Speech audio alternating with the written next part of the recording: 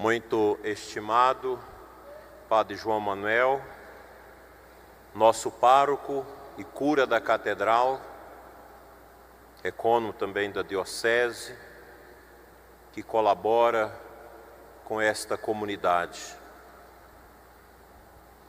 Queridas filhas de Nossa Senhora da Abadia, que fizeram esse trabalho bonito, mesmo nesse tempo de distanciamento, sem deixar perder o significado e a unção desse tempo bonito nosso, a novena da Senhora da Abadia. Queridos ministros e ministras, ajudantes da liturgia, povo de Deus aqui presente, ouvintes da 92 FM, irmãos e irmãs que nos acompanham de diversos lugares do mundo através das mídias sociais. Que Maria Santíssima seja a nossa companheira de viagem para o céu. Uma das filhas de Nossa Senhora da Abadia dizia para mim antes da missa que ela sempre fala do céu para as pessoas. E muitas pessoas não querem ouvir. Muitas pessoas não gostam do céu, porque para se chegar ao céu tem que morrer. E as pessoas que estão agarradas às coisas passageiras, às consolações deste mundo, a morte para elas é algo horrível. Se você tem medo de morrer, se você não gosta deste assunto, como agora eu ligava para um amigo que está com a peste chinesa, começando e não vai ser muito fácil, eu perguntava, está preparado? E ele disse, eu acho que não. Se você tem esses pressentimentos ruins em relação à morte, é sinal que o paganismo está dentro do seu coração. Nós precisamos ter alegria e não tristeza em relação à morte, mas uma assertiva, tranquila do coração para enfrentar essa realidade, que é a realidade mais certa da nossa vida. Gente, Jesus veio aqui para nos dizer que a morte não mata mais. Aliás, os cristãos nem deveriam chamar de morte, mas de Páscoa. A nossa passagem, a Peracheve, é a passagem deste ao outro mundo. A nossa grande preocupação deve ser com quem eu ando neste mundo. Quais os pensamentos que alimentam e configuram o meu sentir. O sentimento do cristão verdadeiro é um sentimento sempre de Jesus, sempre. Nada neste mundo é capaz de dar sentido à nossa vida, senão o sepulcro vazio de nosso Senhor Jesus Cristo. Logo no início do cristianismo, nos primeiros séculos, começou o povo a ter a unção de que Nossa Senhora estava com seu corpo no céu. Não tinha o túmulo, nenhuma tradição que dizia que Maria morreu. Mas pelo contrário, já começava desde o início do cristianismo uma concepção da chamada dormício, da dormição da Virgem Maria. Tanto que em Jerusalém tem uma igreja muito bonita dentro da cidade velha, dedicada a Dormício Mariae, a dormição de Maria. Uma igreja que a gente nem sabe quando começou ali. O corpo de Maria não está neste mundo. Assim como o corpo de Moisés, de Enoque, de Elias, que foram pessoas que Deus concedeu uma graça especial do arrebatamento em vida. Tanto que, na transfiguração de Jesus, está do lado dele o profeta Elias e o patriarca Moisés, transfigurados, para mostrar aos apóstolos Pedro, Tiago e João a antecipação do mistério da ressurreição. O que é o cristão na eterna glória? Na santidade. Nós já temos a igreja celeste, onde estão os santos e os anjos, que já antecipadamente estão na glória celeste, sem ter participado ainda do juízo universal que Jesus vai realizar na sua segunda vinda. Lá também está Nossa Senhora. A Virgem Maria foi arrebatada em corpo e alma. Um parente protestante me perguntava: prova-me isto na Bíblia. E eu dizia a ela: você precisa saber o que é a Igreja Católica. A Igreja Católica não é protestantismo. O protestantismo foi fundado por Lutero, sola et scriptura, só a Escritura, só a Bíblia. Isso fez um efeito tão interessante que hoje nós temos mais de 40 mil igrejas protestantes. Porque não tem a tradição, não tem o magistério. Os relatos da Assunção da Virgem Maria não estão na Bíblia,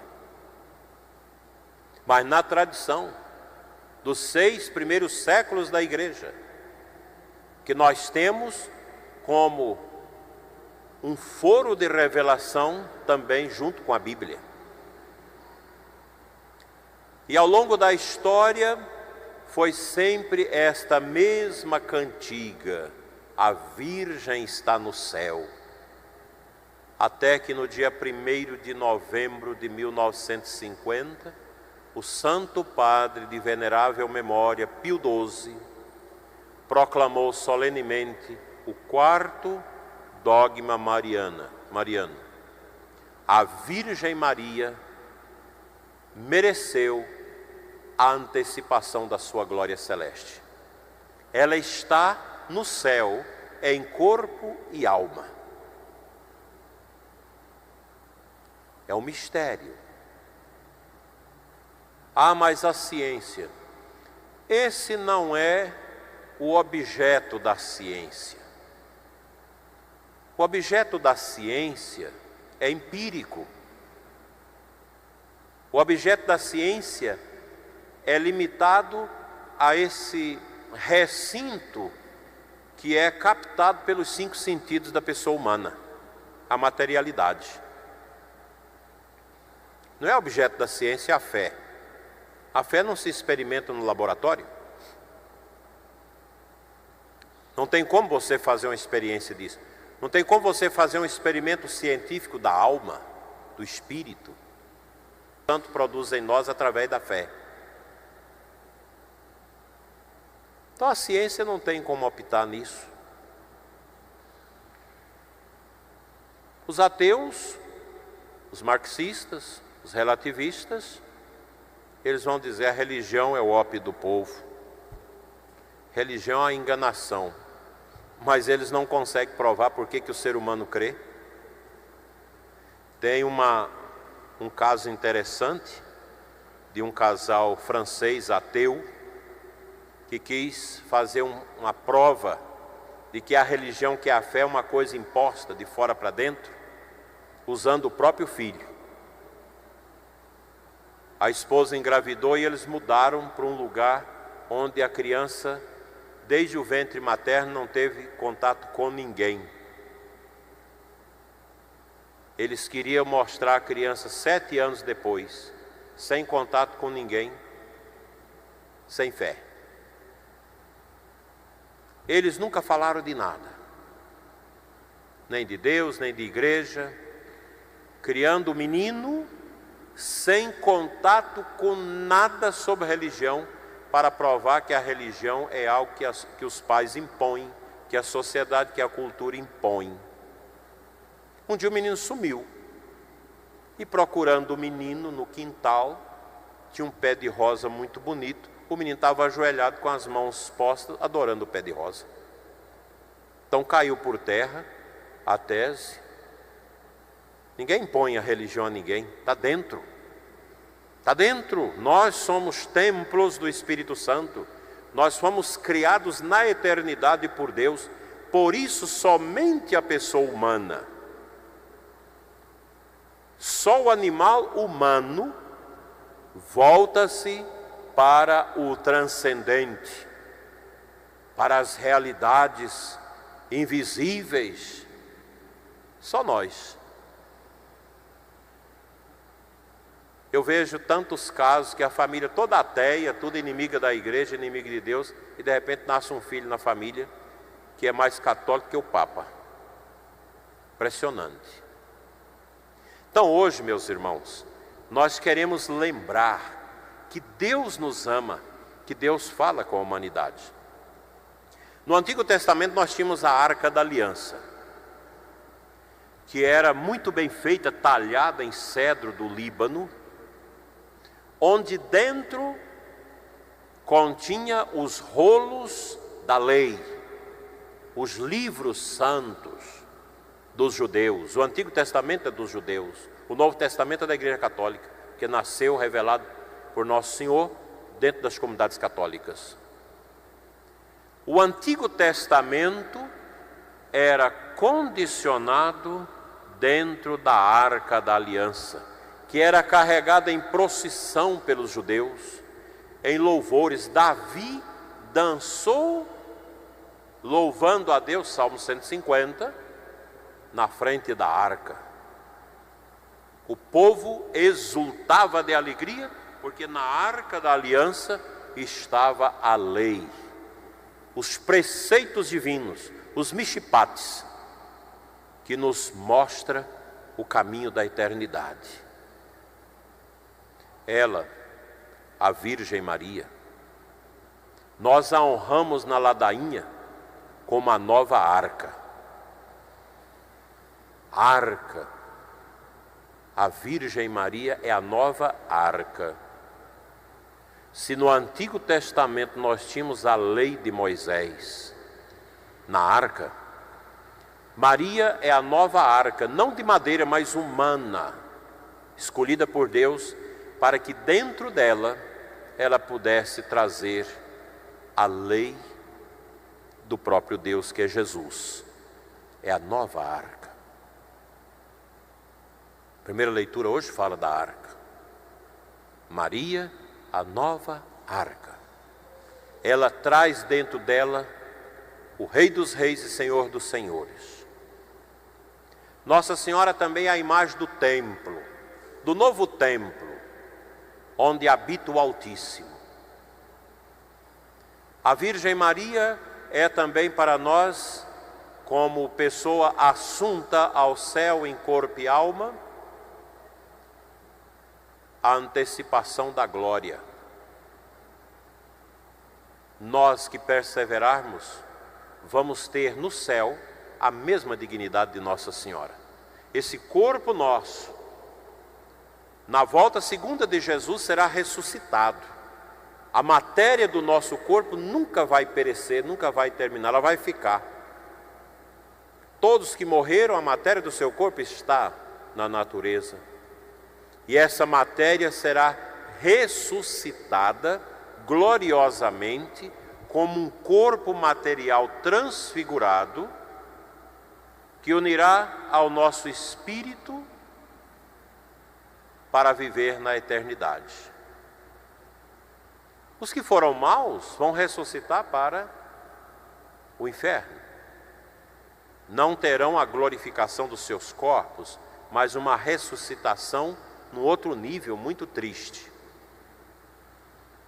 Com Maria, um dia nós também estaremos no céu. Nós não podemos esquecer disso. A gente reza, a gente faz a caridade, nós ajudamos os outros, nós elevamos os nossos louvores a Deus, porque nós queremos ir morar no céu, com a Virgem e com os anjos. Enquanto nós estamos neste mundo, nós vamos caminhando. E nós precisamos e necessitamos da graça divina, desse misterioso amor de Deus que age dentro de nós, nos dando discernimento, nos dando inteligência, nos concedendo a unção necessária para compreendermos quais os trieiros que nós devemos andar neste mundo. E a fonte que alimenta, que fortalece a nossa vida espiritual é o altar, é a igreja, o templo. A casa de Deus, ela é o lugar do aconchego da nossa alma. Hoje é aniversário de dedicação da nossa catedral. Essa igreja bonita, talvez a catedral mais bonita do Regional Centro-Oeste, com toda a sua pujança e simplicidade. Os arcos que mostram para nós a harmonia do universo com Deus. Quando vocês entrarem numa igreja que tudo é quadrado, vocês podem saber, o padre é limitado. Ele estava dentro do quadrado, norte, sul, leste, oeste. A sua fé era pequena, ou do padre ou do arquiteto. Igreja quadrada é símbolo da limitação e expressão da crise do vazio que nós vivemos. A igreja com os arcos recorda para nós a extensão do infinito. Lembra o sinal do infinito? É um 8 deitado, né? Não é quadrado.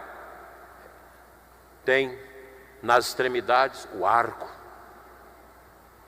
as portas arcadas,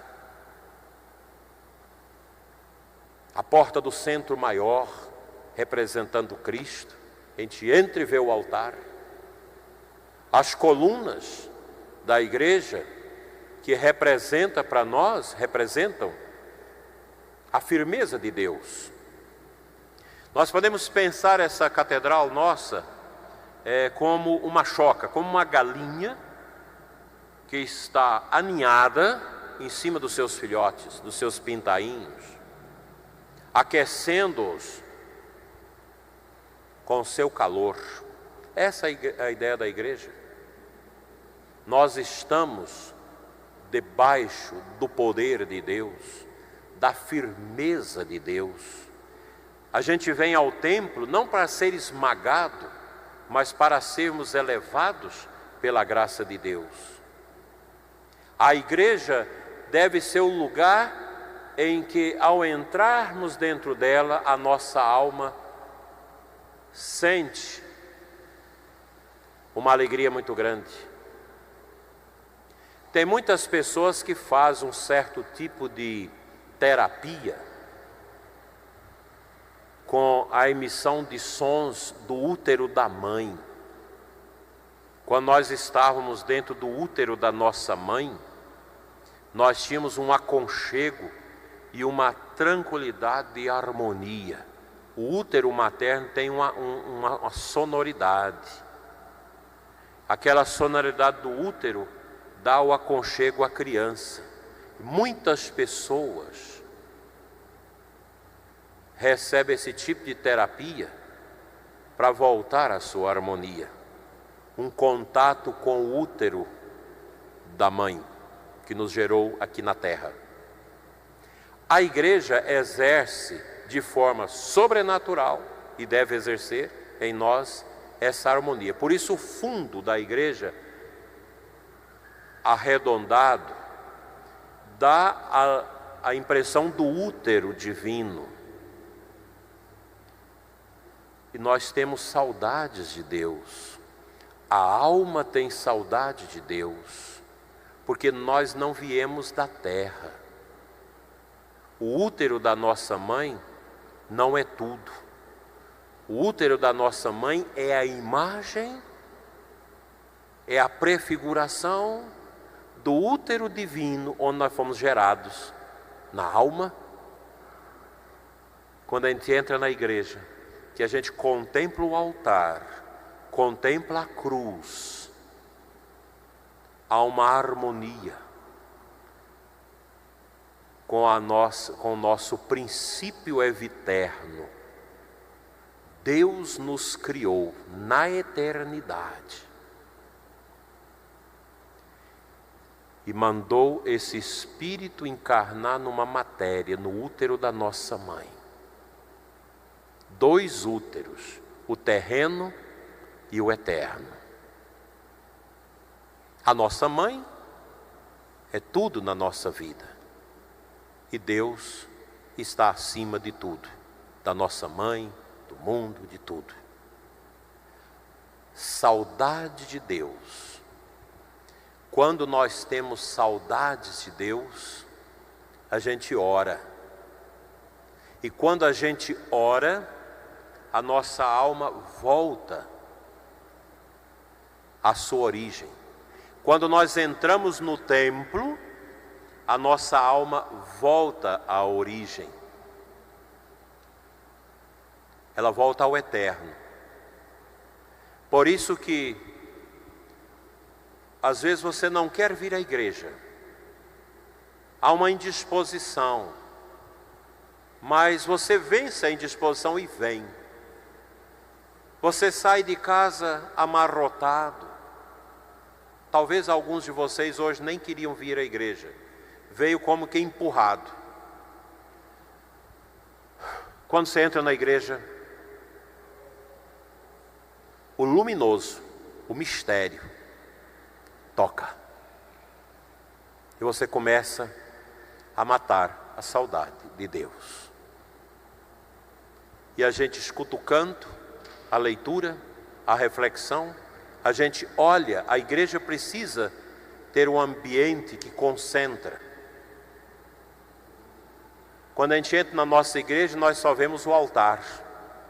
Você não vê nada lá fora. É pena que aqui é um lugar barulhento. Infelizmente. É muito barulho. Mas você não enxerga lá fora. A sua atenção não é desviada. O templo é o lugar de matar a saudade de Deus. É o lugar que eu preciso me encher da presença de Deus. Se nós estivéssemos fora do corpo, nós iríamos ficar assustados com o que tem aqui dentro da igreja. Milhares de miríades de virtudes angélicas, além do seu anjo da guarda que está do seu lado. Nós temos no templo de Deus milhares e milhares de anjos adorando o Santíssimo, rezando no altar, contemplando a face de Deus a partir do templo. Por isso o templo é sagrado. Por isso o templo precisa ser dedicado. E este templo é a casa de Deus que abriga os seus filhos. Por isso o nosso amor à nossa casa é a casa do nosso Pai. E a casa do nosso Pai, ela fala ao nosso coração.